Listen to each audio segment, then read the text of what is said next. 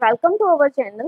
Factories act 1948 को लेकर ये हमारी 4th वीडियो है। अगर आप फैक्ट्रीज एक्ट 1948 का बियर एक्ट पढ़ना चाहते हैं तो आप ऊपर दिए गए एड्रेस पर जाकर बियर एक्ट पढ़ सकते हैं। पहली 3 वीडियोस में हमने पढ़ा कि फैक्ट्रीज एक्ट क्या होता है, इसका मेन ऑब्जेक्टिव क्या है, इसमें कितने चैप्टर्स आते हैं। उसकी मैंने आपको पूरी डिटेल भी दी थी कि फैक्ट्रीज एक्ट 1948 में टोटल 11 चैप्टर्स आते हैं, जिसमें टोटल 120 सेक्शंस आते हैं। एंड हमने लास्ट वीडियो में किया था हमारा चैप्टर 1, जिसमें सेक्शंस आ रहे थे 1 to 7 और जिसका नेम था प्रीलिमिनरी। तो आज के वीडियो में हम डिस्कस करेंगे चैप्टर 2 के बारे में, जिसका नेम है द इंस्पेक्टिंग स्टाफ। तो इसमें हम पूरा देखेंगे कि इंस्पेक्टिंग स्टाफ क्या होता है, क्या इसकी ड्यूटीज है, इसमें कौन कौन से पर्सन्स आते हैं एंड इन्हें कौन अपॉइंट करता है, जिसे डिफाइन किया गया है सेक्शन 7A से लेकर सेक्शन 10 तक। So let's start. Section 7A में आता है general duties of the occupier. तो आप सबको मैंने बताया था कि ऑक्यूपायर कौन होता है। ऑक्यूपायर वो पर्सन होता है जिसका अल्टीमेट ओवरऑल कंट्रोल रहता है पूरी फैक्ट्री के ऊपर। ये फैक्ट्री का ओनर भी हो सकता है, लीजी भी हो सकता है, या इसे लाइसेंस भी मिला हो चुका होता है, लेकिन ओवरऑल मिलाकर जो कंट्रोल रहता है फैक्ट्री का, जिस पर्सन के हाथ में उसे होता है, उसे हम कहते हैं ऑक्यूपायर। तो अभी उसकी जनरल ड्यूटीज हम देख लेते हैं कि उसकी ड्यूटीज क्या रहती हैं। ऑक्यूपायर रिस्पॉन्सिबल रहता है फैक्ट्री में वर्क करने वाले जो भी वर्कर्स रहते हैं, उनकी हेल्थ, उनकी सेफ्टी और उनके वेलफेयर को लेकर कि जो भी काम किया जा रहा है वो प्रॉपर वे से हो रहा है या नहीं। इसके अलावा विदाउट प्रिजुडाइज जो ऑक्यूपायर रहता है, उसकी और भी ड्यूटीज है जो एक्सटेंड की गई हैं। वो हैं फैक्ट्री में वर्क के सिस्टम को लेकर और जो प्लांट है उसकी मेंटेनेंस को लेकर जो प्रॉपर प्रोविजन है वो उसे मेंटेन करनी है, ताकि किसी की भी वर्कर की हेल्थ या उसकी सेफ्टी के ऊपर कोई भी इफेक्ट ना पड़े। ऑक्यूपायर की रिस्पॉन्सिबिलिटी है कि वो पूरा अरेंजमेंट देखे, फैक्ट्री में हो रहे सारे जितने भी वर्क हैं उनके लिए इंश्योर हो जाए कि वो पूरे सेफ हैं और किसी भी टाइप का कोई भी रिस्क वहाँ पे एब्सेंस नहीं है। मीन्स रिस्क नहीं होना चाहिए, जिसका कनेक्शन जो वर्कर्स हैं, जो वहाँ पर काम करने वाले लोग हैं, वो जो भी चीज़ यूज़ कर रहे हैं या हैंडलिंग कर रहे हैं या स्टोरेज कर रहे हैं या ट्रांसपोर्ट कर रहे हैं, तो उस चीज़ में किसी भी टाइप का कोई भी रिस्क नहीं होना चाहिए और पूरा प्रॉपर सेफ होना चाहिए। ऑक्यूपायर की रिस्पॉन्सिबिलिटी बनती है कि वो पूरा मेंटेन करे, वो पूरा मॉनिटरिंग करे। किसको करे? जो वर्किंग इन्वायरमेंट है किसी भी फैक्ट्री की, उसको देखे, ताकि जो वहाँ पर काम करने वाले वर्कर्स हैं वो विदाउट एनी रिस्क अब प्रॉपर वे से अपने वर्क को कर सके और उनको सारी की सारी जो फैसिलिटीज़ है जो फैक्ट्री में अवेलेबल होनी चाहिए वो सारे अरेंजमेंट ऑक्यूपायर करवाए। इन सब के अलावा जो ऑक्यूपायर है उसकी रिस्पॉन्सिबिलिटी बनती है कि वो अपने आप से कुछ जर्नल पॉलिसीज फ्रेम करे, उनको राइट करे, जो कि रिलेट कर रही हैं किससे, health and safety of the worker से। एंड इसके अलावा वो प्रॉपर मैनेज करे टाइम को लेकर, और साथ में ये देखे कि जो पॉलिसीज हो रही हैं वो प्रॉपर जितने भी वर्कर्स हैं उन तक प्रॉपर पहुंच रही हैं, उनको पता चल रहा है, वो उसको यूज़ कर पा रहे हैं जैसा कि पॉलिसीज में मेंशन किया गया है। अब इसके बाद बारी आती है सेक्शन 7B की, जिसमें बताई गई हैं जनरल ड्यूटीज ऑफ मैन्युफैक्चरर। तो मैन्युफैक्चरर कौन होता है, आपको बताया गया था, जो क्या करता है, मैन्युफैक्चरिंग प्रोसेस को कैरी ऑन करता है। तो उसके रिगार्डिंग कुछ जो प्रोविजंस हैं वो दी गई हैं 7B में। हम बात करते हैं जिसमें उसने आर्टिकल और सब्सटेंसेस के बारे में बताया है जो फैक्ट्री में यूज़ होते हैं। देन इसमें क्या आता है, कोई भी पर्सन जो डिज़ाइन कर रहा है, मैन्युफैक्चर कर रहा है या इंपोर्ट कर रहा है या सप्लाई कर रहा है किसी भी आर्टिकल को लेके, किसी भी प्रोडक्ट को लेके जो कि फैक्ट्री में यूज़ हो रहे थे, देन उसकी क्या रिस्पॉन्सिबिलिटी बनती है कि वो श्योर हो जाए कि जो भी वो प्रैक्टिस कर रहा है, जो भी वो डिज़ाइन बना रहा है या जो भी वो वर्क कर रहा है, वो क्या हो, प्रॉपर वे से सेफ हो एंड उसमें किसी भी टाइप का कोई रिस्क ना हो हेल्थ को लेकर या वर्कर की एक प्रॉपर पोजीशन को लेकर। तो ये बात उसने ध्यान रखनी है। साथ में उसने क्या देखना है कि जो भी आर्टिकल वो मैन्युफैक्चर कर रहा है या इंपोर्ट कर रहा है या सप्लाई कर रहा है, उसको उसने प्रॉपर टेस्ट कर लिया है, उसको प्रॉपर एग्जामिन कर लिया है। विदाउट एग्जामिन कोई भी प्रोसेस ना किया जाए, ताकि बाद में वो हार्मफुल ना हो। इसके अलावा क्या है कि अगर कोई भी आर्टिकल है, अगर तो वो इंडिया में मैन्युफैक्चर हो रहा है फिर तो कोई बात नहीं है, अगर वो आउटसाइड इंडिया हो रहा है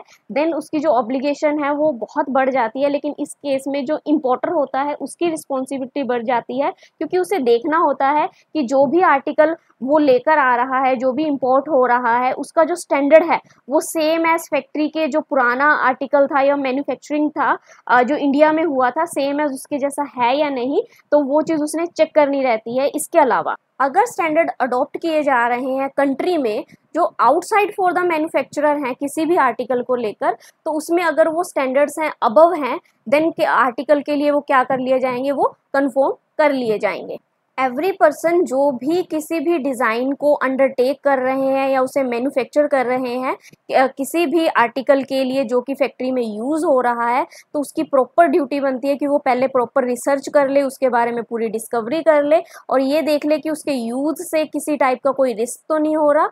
अगर उसमें किसी भी टाइप का कोई रिस्क है तो पहले उसे क्या कर दे, एलिमिनेशन कर दे, उसे वहाँ से निकाल दे, ताकि जो सेफ्टी है, जो हेल्थ का है, वो प्रॉपर मेंटेन हो सके जो भी वर्कर्स उसे आगे जाके यूज करने वाले हैं। सो नेक्स्ट पॉइंट में जब कोई भी पर्सन कोई भी डिज़ाइन या कोई मैन्युफैक्चर या कोई इंपोर्ट या कोई सप्लाईज किसी भी आर्टिकल को लेकर कंफर्म कर लेते हैं, देन उसको क्या कर देते हैं, रिटर्न फॉर्म में ले आते हैं एंड स्टेप बाय स्टेप पूरी उसकी स्पेसिफाइड वेरिफिकेशन की जाती है, इंश्योर किया जाता है कि उसमें किसी भी टाइप का कोई भी रिस्क नहीं है एंड किसी भी आर्टिकल के लिए वो पूरा सुटेबल है एंड जो वर्कर्स हैं उसको प्रॉपरली यूज़ कर सकते हैं। तो ये एक मैन्युफैक्चरर की जनरल ड्यूटीज़ रहती है। सेक्शन 8 में आता है आपका इंस्पेक्टर्स। तो आपको मैं थोड़ा सा बता दूं कि जो इंस्पेक्टर्स होता है, इंस्पेक्टिंग स्टाफ होता है पूरा का पूरा, उसमें कौन कौन आता है और कौन इन्हें अपॉइंट करता है। जो स्टेट गवर्नमेंट रहती है, फैक्ट्री एक्ट 1948 में जहां पर भी वो फैक्ट्री एस्टेब्लिश हुई है वहां की जो स्टेट गवर्नमेंट है उसका पूरा कंट्रोल रहता है और वो ही स्टेट गवर्नमेंट जो है वो इंस्पेक्टिंग स्टाफ को अपॉइंट करती है। एंड इसमें कौन कौन होते हैं, इसमें इंस्पेक्टर होते हैं, चीफ इंस्पेक्टर्स होते हैं, एडिशनल चीफ इंस्पेक्टर्स होते हैं, डिप्टी चीफ इंस्पेक्टर होते हैं, जॉइंट चीफ इंस्पेक्टर्स होते हैं और साथ में सर्टिफाइंग सर्जन्स होते हैं। तो इन सब के बारे में हम सेक्शन 8 से लेके सेक्शन 10 तक पढ़ेंगे। तो अभी हम इंस्पेक्टर के बारे में देख लेते हैं। जैसा कि मैंने आपको बताया, जो स्टेट गवर्नमेंट रहती है बाय नोटिफिकेशन, ये बात आपने ध्यान रखनी है कि कोई भी इंस्पेक्टर है, कोई भी चीफ है या कोई भी सर्जन है, तो वो स्टेट गवर्नमेंट के द्वारा बाय नोटिफिकेशन जो भी ऑफिशियल गजट में नोटिफिकेशन दी जाती है उसके थ्रू से अपॉइंट किया जाता है। साथ में जो लोकल लिमिट्स रहती हैं वो देख ली जाती हैं, उसके तहत जो भी स्टेट गवर्नमेंट को फिट लगता है उसको वो असाइन कर लेती है as a inspector. Chief inspector जो है उनको भी जो स्टेट गवर्नमेंट है उसकी नोटिफिकेशन, ऑफिशियल गजट की नोटिफिकेशन के थ्रू ही अपॉइंट किया जाता है। बट इसके पास एक पावर एक्स्ट्रा रहती है। वो कौन सी रहती है, एक तो इसके पास जो इंस्पेक्टर की पावर है वो रहती है, प्लस इसके पास कौन सी एडिशनल पावर रहती है, खुद की जो इसकी पावर रहती है वो साथ में रहती है। That mean under this act he got double powers. जैसा कि मैंने आपको बताया कि जो स्टेट गवर्नमेंट रहती है वो किसे किसे अपॉइंट कर देती है by notification in official gazette, वो किसके से अपॉइंट कर रही है, वो एडिशनल चीफ इंस्पेक्टर को अपॉइंट कर रही है, जॉइंट चीफ इंस्पेक्टर को अपॉइंट कर रही है, डिप्टी चीफ इंस्पेक्टर को अपॉइंट कर रही है। इसके अलावा अगर उसे और कोई ऑफिसर्स लग रहे हैं कि वो भी इंक्लूड होने चाहिए तो वो उन्हें भी जो स्पेशल पावर्स है वो दे सकती है एंड अपॉइंट कर सकती है। कौन अपॉइंट कर सकती है, स्टेट गवर्नमेंट अपॉइंट कर सकती है। जो डिस्ट्रिक्ट मैजिस्ट्रेट होते हैं उसे ही हम उस एरिया का क्या कहते हैं, इंस्पेक्टर कहते हैं। उस डिस्ट्रिक्ट का इंस्पेक्टर कौन होता है, उस डिस्ट्रिक्ट का जो मैजिस्ट्रेट है, डिस्ट्रिक्ट मैजिस्ट्रेट है, वो ही वहाँ का क्या रहता है, वो इंस्पेक्टर रहता है। इसके अलावा जो स्टेट गवर्नमेंट है बाय नोटिफिकेशन क्या कर सकती है, अपॉइंट कर सकती है पब्लिक ऑफिसर को। अगर उसे लग रहा है कि और एडिशनल ऑफिसर्स जो हैं होने चाहिए या फिर इस एरिया में रिक्वायरमेंट है तो उसके तहत वो कर सकती है। किसी भी एरिया में अगर मोर इंस्पेक्टर्स चाहिए तो जो स्टेट गवर्नमेंट है, जैसा कि मैंने आपको बताया कि वो नोटिफिकेशन के थ्रू दे सकती है। साथ में उनकी जो पावर्स है वो डिक्लेयर कर सकती है, एक्सरसाइज कर सकती है एंड उनको क्या है, नोटिस भेज सकती है। और सारे के सारे ऑफिसर ही क्या होते हैं, वो पब्लिक सर्वेंट होते हैं। ये बात आपने ध्यान रखनी है कि वो पब्लिक के लिए काम कर रहे हैं। Deemed be a public servant with in the meaning of Indian panel code, जो हमारा इंडियन पैनल कोड है उसके अकॉर्डिंग जो भी इंस्पेक्टर्स रहते हैं वो क्या होते हैं, पब्लिक सर्वेंट रहते हैं। वो लोगों के लिए काम करते हैं, लोगों के सेवक होते हैं। और स्टेट गवर्नमेंट ने जो भी उनको अथॉरिटी दी हुई है वो उनके बिहाफ पे वो वर्क करते हैं। अब बारी आती है सेक्शन 9 की, जिसमें डिफाइन किया गया है कि जो हमारे इंस्पेक्टर्स हैं उनकी पावर क्या होती है। तो आइए देख लेते हैं कि उनकी क्या क्या पावर्स रहती हैं। तो इंस्पेक्टर के पास पूरी पावर रहती है जिस भी जगह को फैक्ट्री कहा गया है, जैसे कि डेफिनेशन में दिया गया है, अगर वो फैक्ट्री है तो उसके पास पूरी पावर रहती है कि उस फैक्ट्री में एंटर कर सकता है, अपने साथ असिस्टेंट्स लेकर जा सकता है, या कोई भी पर्सन जो उसे सुटेबल लग रहे हैं, जो गवर्नमेंट सर्विस में है, गवर्नमेंट के अंडर वर्क कर रहे हैं, वो उन्हें अपने साथ लेके जा सकता है और किसी भी फैक्ट्री में किसी भी रीजन को जानने के लिए वो एंटर कर सकता है। प्रॉपर एग्जामिन कर सकता है कि जो बिल्डिंग है, जो प्लांट्स है, मशीनरी है, आर्टिकल्स है, किसी भी टाइप का कोई भी सब्सटेंस है तो उसको पूरा वो एग्जामिन कर सकता है। इंस्पेक्टर के पास पावर रहती है कि वो इंक्वायरी कर सकता है किसी भी एक्सीडेंटल या डेंजरस अकरेंस के रिगार्डिंग। अगर उसे लग रहा है कि यहाँ पर कोई फिजिकली या कोई बॉडली इंजरी हुई है या कोई डिसेबिलिटी है, किसी के टाइप की कोई सिम्टम उसे मिल रहे हैं या कोई उसे ऐसे प्रूफ्स मिल रहे हैं जिसकी वजह से उसे लग रहा है कि नहीं यहाँ पर इंक्वायरी की ज़रूरत है, तो वहाँ पर वो प्रॉपर इंक्वायरी कर सकता है। एंड अगर उसे किसी भी टाइप के कोई प्रूफ्स चाहिए तो वहाँ से वो ले सकता है। इंस्पेक्टर के पास पूरी पावर रहती है कि अगर उसे कोई भी फैक्ट्री से रिलेटेड को डॉक्यूमेंट्स चाहिए, कोई भी रजिस्टर चाहिए विदिन इन फैक्ट्री, ध्यान रखना है कि फैक्ट्री के अंदर रहते रहते वो चीज़ की रिक्वायरमेंट दे सकता है। अगर वो फैक्ट्री के बाहर आ जाता है दैट में उस टाइम पे उसे किसी भी टाइप का कोई भी रजिस्टर लेने का हक नहीं रहता। अगर वो फैक्ट्री के अंदर है तो वो किसी भी टाइप के रजिस्टर या अदर डॉक्यूमेंट्स के लिए रिक्वायरमेंट दे सकता है। इसके अलावा उसके पास पावर रहती है कि वो सीज कर सकता है। सीज मतलब जबरदस्ती लेना, अपने हक में कर लेना, कॉपी कर लेना। एंड इसके अलावा क्या कर सकता है, कॉपीज करवा सकता है, कोई भी रजिस्टर ले सकता है, कोई भी रिकॉर्ड या अदर डॉक्यूमेंट्स ले सकता है, या उसका कोई पार्ट ले सकता है। अगर उसे ज़रूरी लग रहा है कि किसी भी ऑफेंस में इन सब चीज़ों की ज़रूरत पड़ने वाली है तो अंडर दिस एक्ट ही has proper authority to get these things.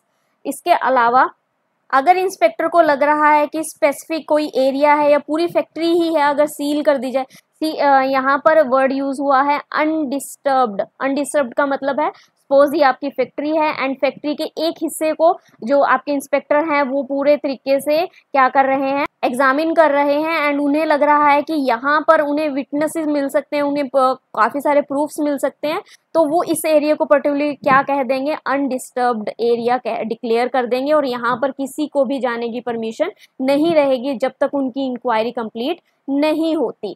And इसके अलावा क्या कर सकता है, inspector have a power to measurement and take photographs. अगर उसे फोटोग्राफ्स लेनी है, वहाँ पर पूरा मेजरमेंट करना है, कोई रिकॉर्ड्स रखने हैं, तो अगर उसे ज़रूरी लग रहा है तो वो ये सब कर सकता है। अगर इन केस उसको लगे कि कोई भी ऐसा प्रीमेस का पार्ट है या कोई भी पूरे जो बिल्डिंग है या पूरी जो फैक्ट्री है वो उसे लग रही है कि डेंजर में है या इसका जो इफ़ेक्ट है वो हेल्थ के ऊपर पड़ रहा है, सेफ्टी के ऊपर पड़ रहा है वर्कर्स की, तो वो क्या कर सकता है, उसकी उस आर्टिकल की या उस मशीनरी की या उस पूरी जो फैक्ट्री है उसकी पोजीशन अपने हैंड में ले सकता है, या पूरे हिस्से की ले सकता है या पूरी फैक्ट्री की ले सकता है। It depend on the condition की उस कंडीशन में वो पूरा पार्ट जो उसे डेंजर में लग रहा है या पूरी फैक्ट्री लग रही है, जैसा भी है, जब तक पूरी इंक्वायरी नहीं होती, पूरा एग्जामिन नहीं होता, तब तक वो उसे अपने पोजीशन में लेकर रखता है। तो ये थी पावर्स है किसकी, इंस्पेक्टर की। अब हम बात करेंगे सेक्शन 10 की, जिसमें आता है हमारा सर्टिफाइंग सर्जन्स। तो सर्टिफाइड सर्जन्स की हमने मीनिंग किया था, जिसमें हमने देखा था कि जो स्टेट गवर्नमेंट है वो अपॉइंट करती है क्वालिफाइड मेडिकल प्रैक्टिशनर्स को एज अ सर्टिफाइंग सर्जन। तो इनका जो मेन पर्पस रहता है वो क्या रहता है कि पूरा उन्होंने फैक्ट्री में देखना है कि जो भी वर्कर्स हैं, जो वर्कर्स की हेल्थ है उसको लेकर उन्होंने प्रॉपर वर्क करना रहता है। तो आपने ध्यान रखना है कि जितने भी पर्सन्स हैं, चाहे वो इंस्पेक्टर है, चाहे वो चीफ है, चाहे वो एडिशनल है, चाहे वो सर्टिफाइंग सर्जन्स हैं, वो सभी के सभी जो है हमारी स्टेट गवर्नमेंट बाय नोटिफिकेशन उन्हें अपॉइंट करती है। जब सर्टिफाइड सर्जन को अपॉइंट कर लिया जाता है, देन जो स्टेट गवर्नमेंट रहती है वो उसे ऑथोराइज करती है एंड प्रॉपर पूरी power under this act provide की जाती है ताकि वो अपने वर्क को प्रॉपर वे से कर सके। और इसमें आपने ये भी ध्यान रखना है कि no person shall be appointed to be the authorised और exercise the power of a certifying surgeon, कि किसी भी पर्सन को आप ये नहीं कह सकते हो कि हाँ ये सर्टिफाइंग सर्जन है और ये उसका वर्क कर सकता है। तो इसके लिए प्रॉपर क्या होना चाहिए, उसे मेडिकल की यानी मेडिसिन की प्रॉपर नॉलेज होनी चाहिए, मेडिकल लाइन में उसका प्रॉपर इंटरेस्ट होना चाहिए एंड उसने प्रैक्टिस की हो और उसके पास प्रॉपर क्या हो, सर्टिफिकेट हो। एंड स्टेट गवर्नमेंट जो रिटर्न में ऑर्डर देकर जो सर्टिफाइंग सर्जन है उसको प्रॉपर कंडीशंस के साथ अपॉइंट करती है। एंड जो सर्टिफाइंग सर्जन्स रहता है उसकी भी कुछ ड्यूटीज़ रहती हैं जो उसे फॉलो करनी रहती हैं।